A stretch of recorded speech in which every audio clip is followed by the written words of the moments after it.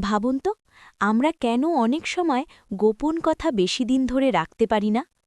কারো কাছ থেকে কোনো গোপন কথা জানলে কিছুদিন পরেই মনে হয় কাউকে না কাউকে বলতেই হবে। এর পেছনে কাজ করে মানুষের মস্তিষ্কের স্বাভাবিক আচরণ। বিজ্ঞানীরা বলেন, যখন আমরা কোনো গোপন তথ্য জানি তখন সেই তথ্যটি বারবার আমাদের মনে ঘুরতে থাকে। এতে মস্তিষ্কের ওপর একটি মানসিক চাপ তৈরি হয়। এই চাপ কমানোর জন্য অনেক সময় মানুষ সেই কথা কারো সাথে শেয়ার করতে চায়। আরেকটি কারণ হল সামাজিক সংযোগ। মানুষ স্বভাবতই সামাজিক প্রাণী, তাই আমরা গল্প বা তথ্য অন্যদের সাথে ভাগ করে নিতে পছন্দ করি।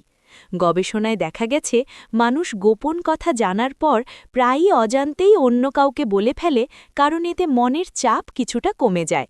তাই সহজভাবে বলা যায়, গোপন কথা রাখা কঠিন, কারণ মানুষের মস্তিষ্ক ও সামাজিক আচরণ আমাদের তথ্য শেয়ার করতে উৎসাহিত করে।